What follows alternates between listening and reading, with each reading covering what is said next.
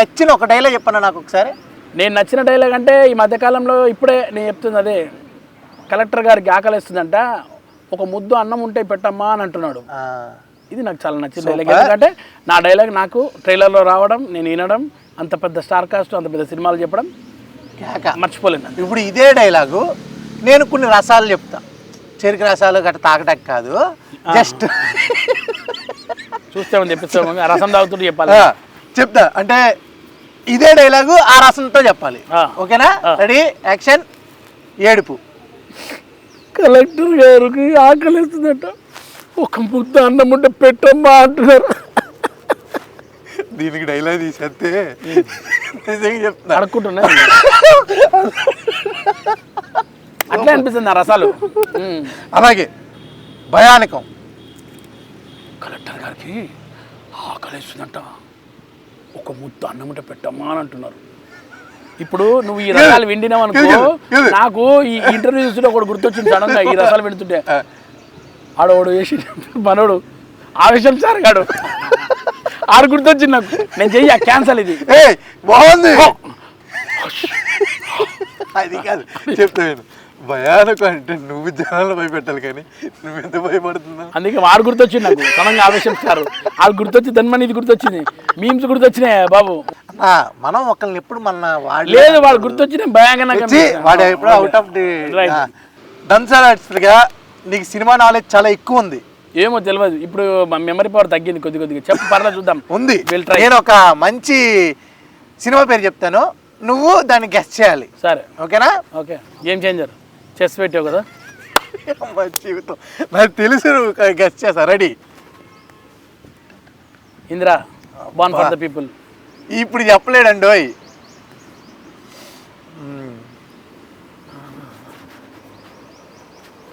Pokiri the Mahesh Babu.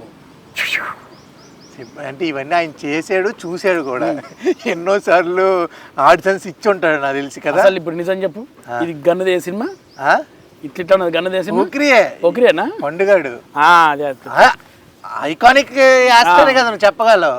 Gun చూడకు, bullet చూడండి. Circle.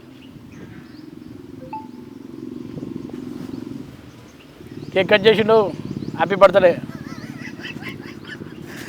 చెప్పు ఏంది అది? ఓకే, నీకు నాకు డాష్ డాష్. కరెక్ట్.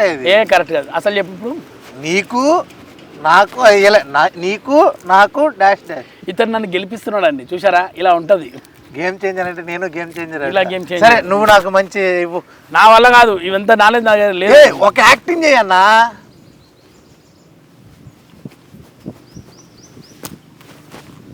ఒక్కొక్కరిని కాదు 100 మంది నరికేస్తాదేనా? చూసావా ఎంత పర్ఫెక్ట్ గా చెప్పాడు, సూపర్. ఒక్కొక్కని కాదు, 100 మందిని పంపు, ఒకేసారి నరికేస్తా. సూపర్. మరి ఇంకా జబర్దస్త్ వాళ్ళు అంటే ఉంటుందబ్బా కొంచెం నాలెడ్జ్, అంత ఇంత అంతే. మరి మనం అప్పుడు కష్టపడే అన్న. యాక్చువల్గా ఇది బాగా అడగాలి. చాలామంది జబర్దస్త్ ఆర్టిస్టులు అంటే ఇది అది ఇది అంటారు. స్టేజ్ మీద చేయడం కష్టమా, స్క్రీన్ దగ్గర కొంచెం చేయడం కష్టమా?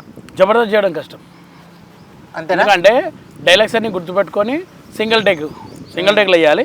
సినిమాకి ఏంటంటే ప్లస్ పాయింట్, నీ ఒక డైలాగ్ పెట్టినప్పుడు ఈ క్లోజ్ పెడతాడు, సైడ్ పెడతాడు, కానీ ఇక్కడ ఎక్స్ప్రెషన్ గట్టిగా పలకాలి.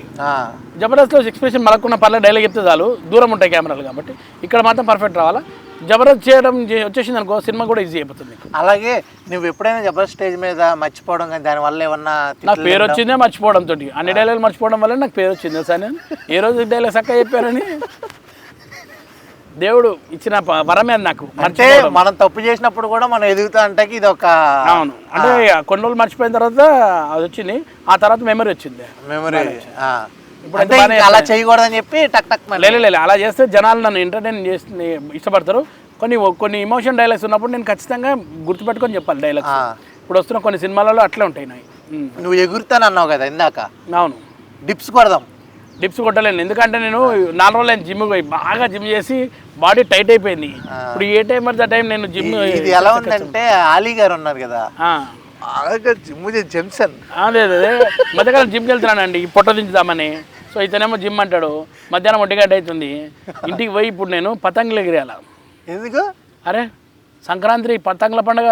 అవును, నువ్వు ఊర్లో ఈవెంట్లు పోయి అందుకే ముందుగా ఇప్పుడు మా ఇంటికాడ 2 పతంగులు ఎగిరేసి 4 కన్నాల కాడ నుంచి కట్ చేసి నేను అప్పుడు గేమ్ ఆడేసి ఇంటికి వెళ్తాను. పతంగులు వేసినప్పుడు ఎప్పుడైనా లెటర్లు పంపించావా పైకి?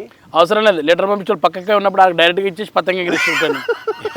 ఆ లెటర్ పంపిస్తే అది ఊరవతల కట్ అయిపోయిన దాది పోయి ఎవరో ఇండ్ల పడి వాళ్ళ అమ్మాయి తీసుకొని వీడియోడు అని చెప్పి వాళ్ళ ఇంట్లో వాళ్ళని కొట్టడం కన్నా లవ్ స్టోరీ 100 ఉంటాయి. ఎంత స్మార్ట్ బాయ్కి లవ్ స్టోరీ చెప్పావా? వదినకి మొత్తం తెలుసు. వదిన మొత్తం బయోగ్రఫీ రాస్తుంది ఇప్పుడు నాది. నా సినిమా తీయాలంటే వదినని అడగాల, మొత్తం సబ్జెక్ట్ అంతా వదిన దగ్గర. కాదు, మీ అబ్బాయిని ఇంట్రడ్యూస్ చేస్తావా? ఎప్పుడు చేస్తా, ఖచ్చితంగా చేస్తా. మంచి టైం వచ్చినప్పుడు చేద్దాము. ఎట్లా అంటే దీంట్లో ఇంట్రడ్యూస్ ఫస్ట్ ఎట్లా విలన్ గా లేకపోతే ఫ్రెండ్ రోల్ గా ఎట్లా చేద్దాం? ఏదైనా అదృష్టం, వాడి అదృష్టం ఏది ఉంటే అది వస్తే బాగుంటుంది. వాడి లుక్కి వాడి పర్సనాలిటీకి ఏది సెట్ అయితే అది చెప్పేది. అలా మంచి క్యారెక్టర్ అంటే నాలాగా వెనక నిలబడి ఆ పక్కన నిలబడి అట్టొద్దు.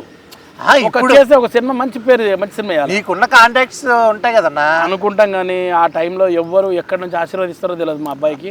వాళ్ళ రాని ఇంట్రొడ్యూస్ అయితే బాగుంటుందని నేను అనుకుంటాను.